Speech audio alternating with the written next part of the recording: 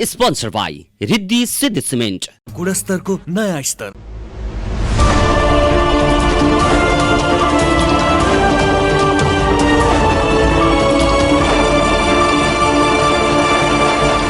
नमस्कार, national world टेलिभिजनको दैनिक प्रस्तुति कार्यक्रम आजको सन्दर्भमा स्वागत छ।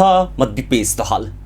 दर्शकवृन्द, कार्यक्रम आजको सन्दर्भमा हामी देशभर भएका सामाजिक, आर्थिक, राजनीतिक साथै हर क्षेत्रका विषयवस्तुलाई विश्लेषणात्मक ढङ्गले प्रस्तुत गर्ने गर्छौँ। नेकपा एमालेको विधान महाधिवेशन ललितपुरको गोदावरीमा सुरु भएको छ। गोदावरी स्थित अन्तर्राष्ट्रिय सम्मेलन केन्द्रको हलमा विधान महाधिवेशन सुरु भएको हो। विधान महाधिवेशन 3 दिनसम्म चल्नेछ। महाधिवेशनमा सहभागी हुन एमाले नेता कार्यकर्ताहरू गोदावरी स्थित अन्तर्राष्ट्रिय सम्मेलन केन्द्रमा पुगेका थिए। विधान महाधिवेशन पार्टीका अध्यक्ष तथा पूर्व प्रधानमन्त्री केपी शर्मा ओलीले पानसमा बत्ती बालेर र मोबाइलको बटम थिचेर लोगो अनावरण गरी उद्घाटन गर्नुभएको हो। नेकपा विभाजन, सत्ताबाट बहिर्गमन र पार्टी विभाजनपछि पहिलो पटक एमालेको विधान महाधिवेशन सुरु भएको हो। ललितपुरको गोदावरीमा 3 दिनसम्म हुने विधान महाधिवेशनले नयाँ राजनैतिक परिस्थितिमा पार्टीको नीति र विधि तय गर्ने एमालेले जनाएको छ। भेलामा झण्डै 6000 नेता कार्यकर्ता सहभागी रहेका थिए। आउँदो मङ्सिरको दोस्रो हप्ता नेतृत्व चयनका लागि पार्टीको 10औं राष्ट्रिय महाधिवेशन तय गरेको एमालेको विधान महाधिवेशनलाई समसामयिक राजनैतिक दलहरूमध्ये मौलिक विशेषताको भेला मानिएको छ। महाधिवेशन उद्घाटन समारोहको हलको मुख्य मञ्चमा विगतमा जस्तो पुराना कम्युनिष्ट नेताहरूको तस्बिर राखिएको छैन। एमालेले आफ्नो कार्यक्रमहरूलाई नेपाल कम्युनिष्ट पार्टीका संस्थापक महासचिव पुष्पलाल श्रेष्ठ, एमाले महासचिव मदन भण्डारी र प्रथम कम्युनिष्ट प्रधानमन्त्री मनमोहन अधिकारीको ठूला तस्बिर राख्ने गर्दथ्यो। विधान महाधिवेशनको हलको मुख्य मञ्चमा यी तस्बिर राखिएको छैन। बीचमा चुनाव चिन्ह सूर्य छ भने दायाँ बायाँ नेपालको राष्ट्रिय झण्डा राखिएको छ। हलभित्र जनताको बहुदलीय जनवाद लेखिएको अर्को एक ब्यानरको बायाँतर्फको कुनामा भने पुष्पलाल, मदन भण्डारी र मनमोहन अधिकारीको तस्बिर देखिन्छ।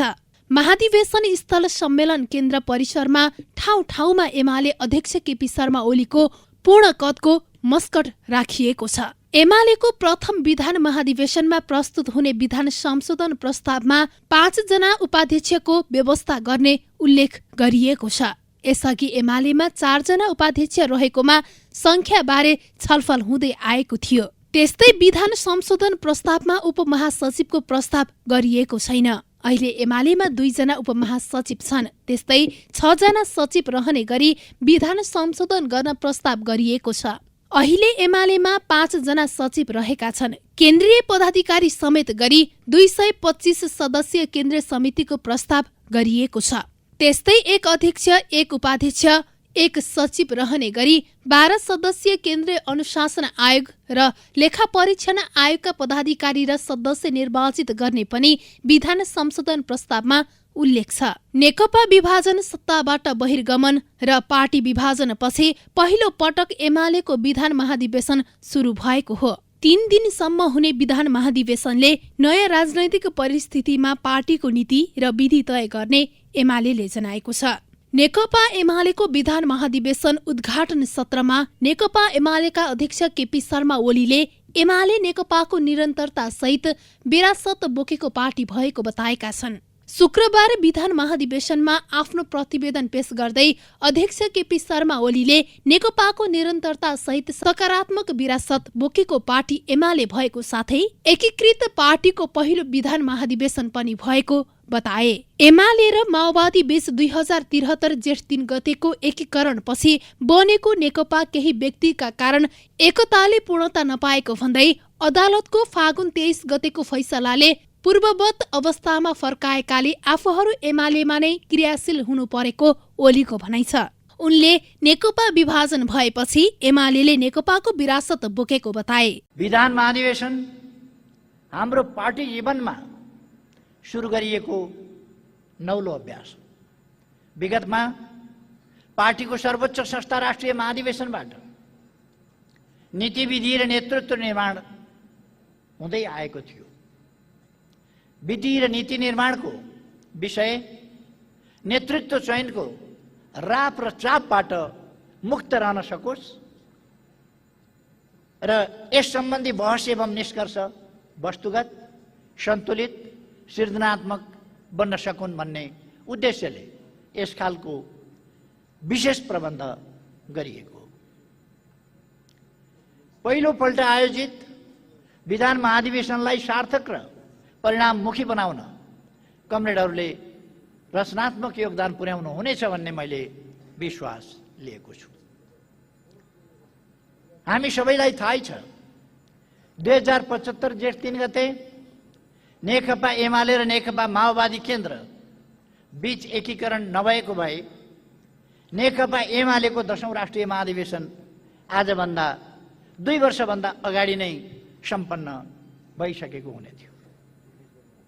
एकीकरण पछिका झन्डै 3 वर्ष हामी नेपाल कम्युनिस्ट पार्टी नेकपाकै रूपमा क्रियाशील रह्यौं। एकातिर सीमित व्यक्तिका निहित स्वार्थ र षड्यन्त्रका कारण एकीकरण निष्कर्षमा नपुग्नु र अर्कातिर सर्वोच्च अदालतको 2077 साल फागुन 23 गतेको फैसलाले दुवै पार्टीलाई एकीकरण पूर्वको अवस्थामा फर्काएपछि आज हामी नेकपा एमालेका रूपमा क्रियाशील रहेका छौं। यसैगरी ओलीले एमाले नेकपाको विदेश नीतिमा कसैसँग वैरभाव नहुने बताएका छन्। विधान महाधिवेशनमा आफ्नो राजनैतिक प्रस्ताव पेश गर्दै अध्यक्ष ओलीले सो कुरा बताएका हुन्। उनले विश्वका सबै देशसँग सार्वभौम समानता, अहस्तक्षेप, पारस्परिक सहयोग तथा सम्मानका आधारित सम्बन्ध रहने बताए। उनले नेपालको छविलाई शान्तिको पक्षधरका रूपमा विश्व सामु स्थापित गर्ने पनि दाबी गरे। चीन भारतको सम्बन्धको प्रभाव नेपाल लगायत दक्षिण एसिया र समग्र विश्वमै गहिरो गरी पर्दछ। हामी चीन र भारत बीचको सीमा समस्या लगायतका मतभिन्नताहरू चाँडै समाधान होउन् र दुई देशबीच सार्थक साझेदारी विकास होस् भन्ने चाहन्छौँ। यसले विकास र सहयोगको त्रिदेशीय सहकार्यको सम्भावना पनि बढ्नेछ। नेपाल आफ्नो भूभाग कुनै पनि छिमेकी तथा मित्र राष्ट्रहरूका विरुद्ध प्रयोग हुन नदिने नीतिमा दृढ छ। त्यसैगरी नेपाल एक चीन नीतिमा अडिग छ। नेपाल भारत सीमा वारपार अपराध नहोस् र आतंककारीले लाभ उठाउन नसकुन् भन्ने विषयमा भारतको चासो देखिन्छ। भारतसँगको व्यापार घाटा, लिपुलेक, लिम्पियाधुरा र कालापानी र सुस्ता क्षेत्रमा नेपाली भूभाग फिर्ता, सीमाको व्यवस्थापन, नेपालको आन्तरिक मामलामा हुने अनावश्यक चासो र हस्तक्षेप जस्ता विषयमा नेपालको चासो र सरोकार रहेको छ। हामी हाम्रा छिमेकीका जायज चासो र सरोकारप्रति सजग छौँ। त्यस्तै सजगता र सम्मान हामी हाम्रा मित्रहरू विशेष त छिमेकीहरूबाट चाहन्छौँ। दुई देश बीचका समस्यालाई जिम्मेवार कूटनीतिक पहलका माध्यमबाट समाधान गर्न हामी चाहन्छौँ। कमरेडहरू, हामी नयाँ र न्यायपूर्ण विश्व व्यवस्थाका पक्षमा दृढतापूर्वक उभिन्छौँ। उत्पीडित राष्ट्रहरू तथा श्रमजीवी वर्गका हक हित र मुक्तिका आन्दोलनमा ऐक्यबद्धता जाहेर गर्दछौँ। अध्यक्ष ओलीले स्वास्थ्य समस्याका कारण आफ्नो सम्बोधन भाषण पूरा गर्न सकेनन्। सम्बोधन भाषणकै क्रममा असजिलो महसुस गरेपछि उनले आफूलाई रुगाखोकीको समस्या रहेको भन्दै शङ्कर पोखरेललाई आफ्नो लिखित भाषण पढ्ने जिम्मा सुम्पिए।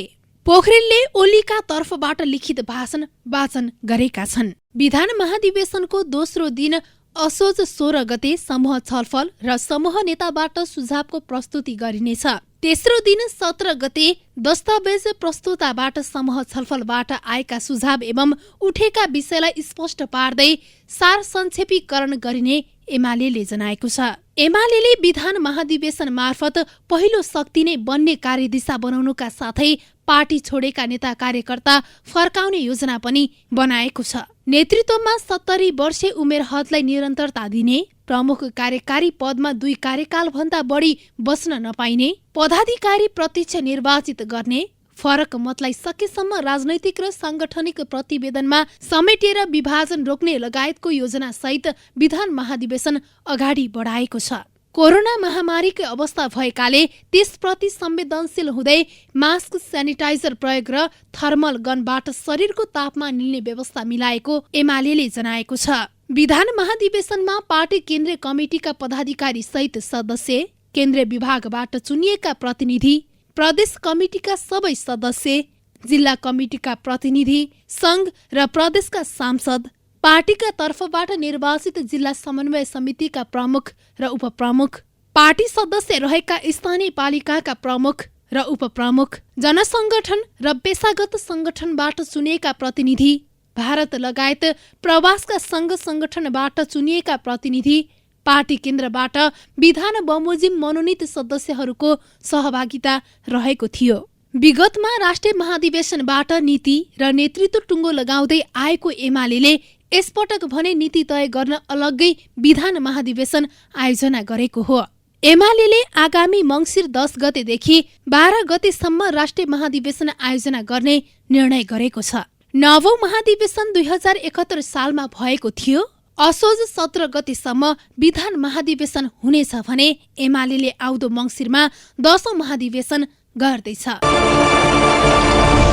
रीति सिद्धि संघको मजबुती युग युगसम्म हो। तराई पहाड हिमाल मजबुत पकड यसको विशाल।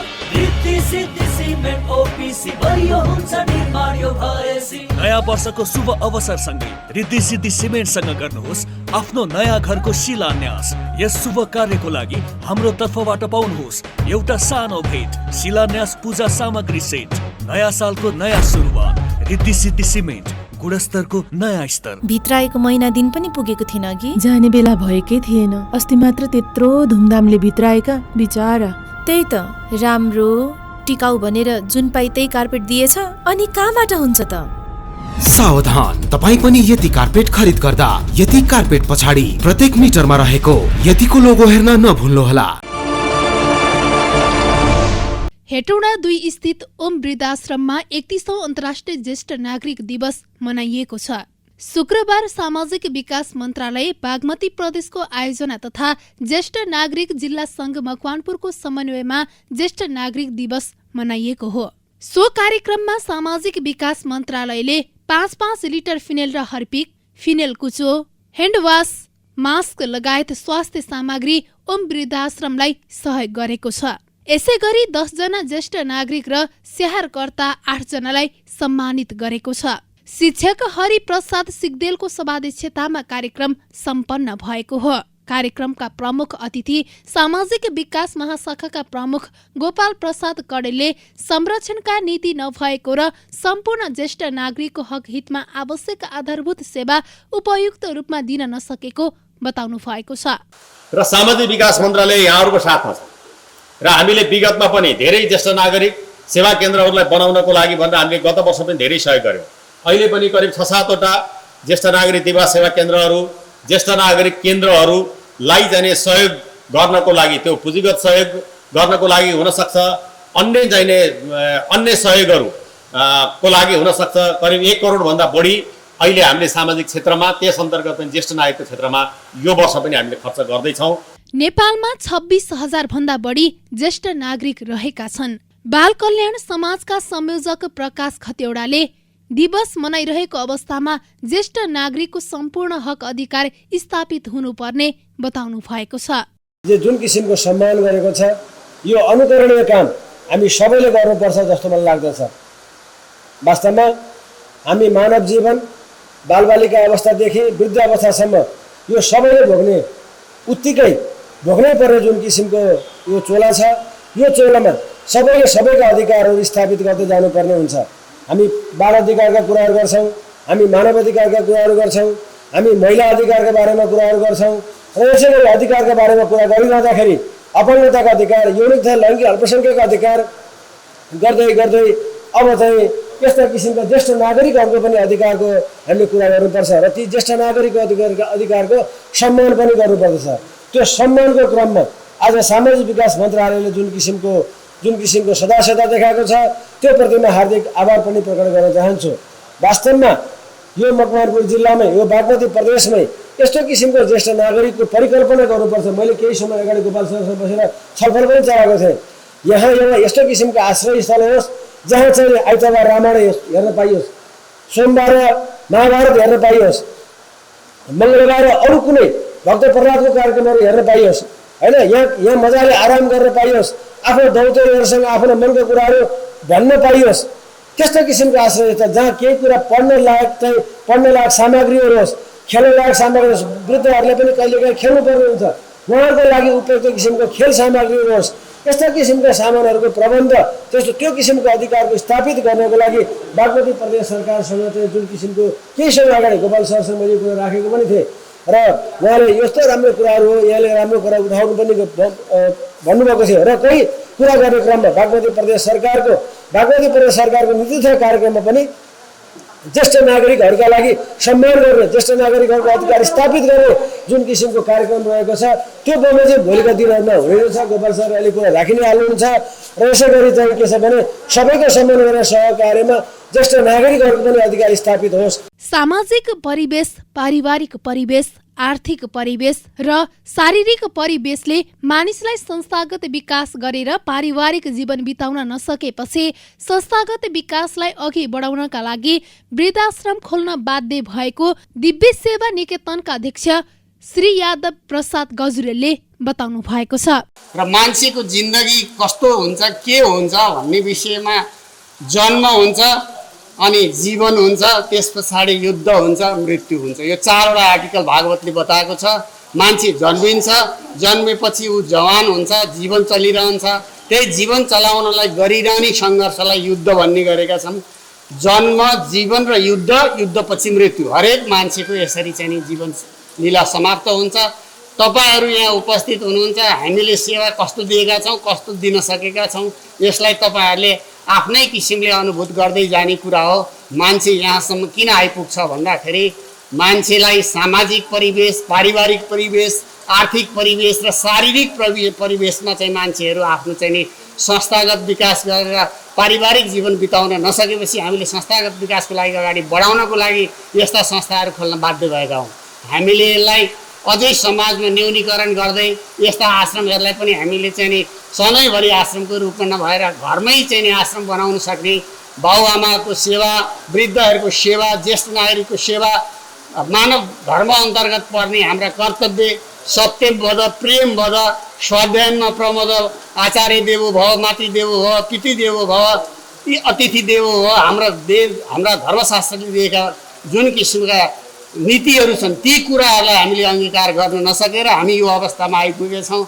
मातृदेवो भव, पितृदेवो भव भनेर चाहिँ छोराछोरीले हाम्रा चाहिँ पछिल्ला पिँढीहरूले भन्नुपर्ने ठाउँमा उनीहरूले आवश्यकता अनुसार हामीलाई जन्म दिए, उनीहरूलाई पाल्न जरुरी छैन भन्ने किसिमको वातावरण हामीले सिर्जना गरेका छौँ।